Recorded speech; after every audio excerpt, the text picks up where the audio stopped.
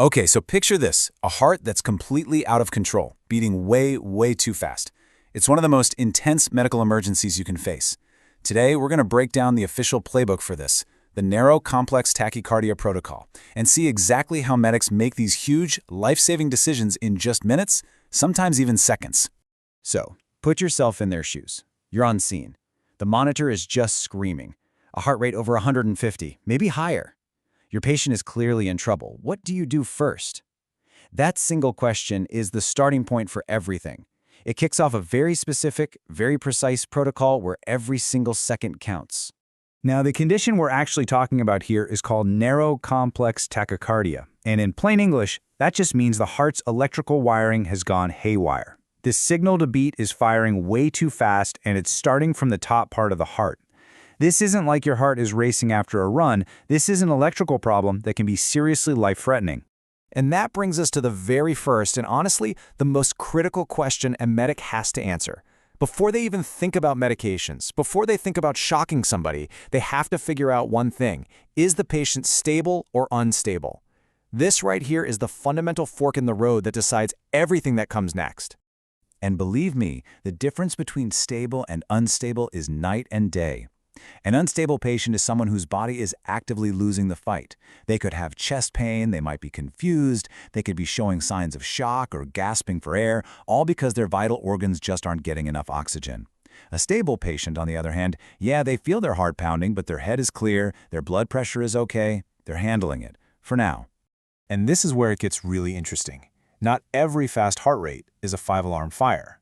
If the patient is stable, maybe just feeling some palpitations, but their blood pressure is fine, the protocol actually says to pump the brakes. Don't jump to the big guns. Instead, the guidance is to just watch them closely, maybe give some IV fluids, and just wait. Sometimes the body just needs a little support to figure things out on its own. But what if they are unstable?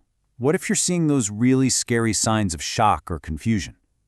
Well, that's when we head down the emergency path. This is for the patient who is actively crashing, and we need to do something right now.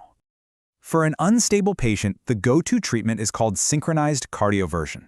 The best way to think about it is like a forced reboot for the heart's entire electrical system. First, if you can, you give the patient sedation because, let's be honest, this is not a comfortable procedure. Then, you deliver a controlled electrical shock that's timed perfectly to their heartbeat, trying to jolt it back to normal. And then, the big moment.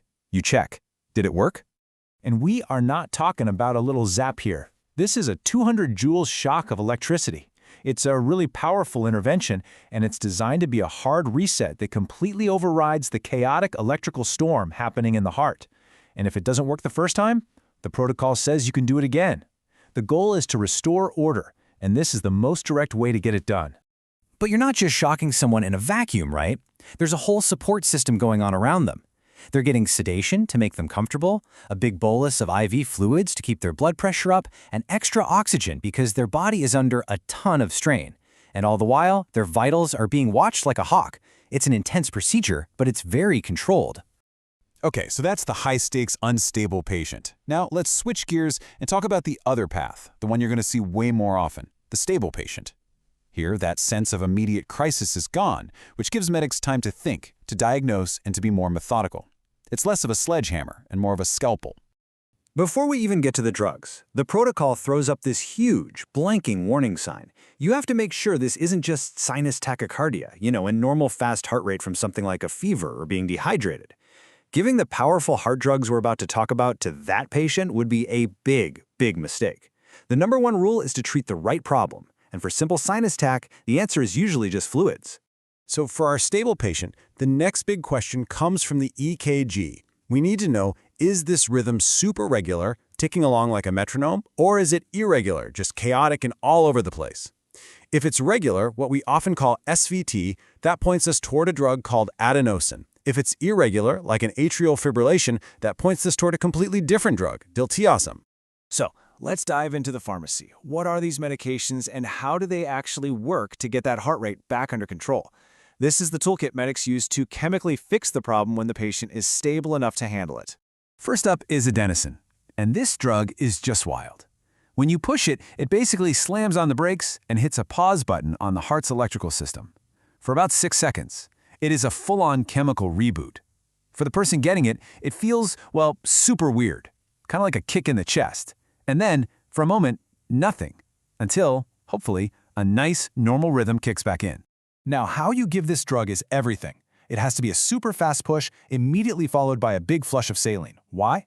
Because the drug literally breaks down in your body in just a few seconds, so you have to get it to the heart before it disappears. You start with 6 milligrams, and if that doesn't do the trick, you can try one more time with a bigger 12 milligram dose. All right, so what about those irregular rhythms like AFib? We're not using the pause button drug here. Instead, we reach for a different tool called diltiazem. This isn't a hard reset. Think of it more like a traffic cop. It just slows down the electrical signals as they travel through the heart. It doesn't fix the irregularity, but it slows the whole thing down so the heart can beat more effectively. And you give this one completely differently. It's slow and steady, pushed over 2 minutes. That's because it can drop the patient's blood pressure, so you have to be really careful. The protocol even has different doses based on age. Patients over 65 get a smaller dose.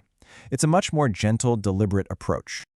Okay, we've been deep in the weeds with drugs and shocks, so let's pull back for a second and look at the big picture. Why is this whole protocol built this way? It's all about creating a safe, logical path through a really stressful situation. It all comes down to a really clear set of priorities. Think of it like a checklist. Priority number 1, always, is figuring out patient stability. That tells you if you have time to think or if you need to act right now. Only after that do you move on to analyzing the EKG to figure out exactly what kind of fast rhythm you're dealing with. And then, and only then, do you pick the specific tool for that specific job. So when you boil it all down, the goal is crystal clear. Assess stability first, identify the rhythm second, and then apply the right treatment safely. It's a roadmap designed to bring order to a totally chaotic situation, and it absolutely saves lives. But of course, a protocol is just a piece of paper, right? It's a fantastic guide for sure, but it can't see the patient in front of you. And that leaves us with the big question, doesn't it?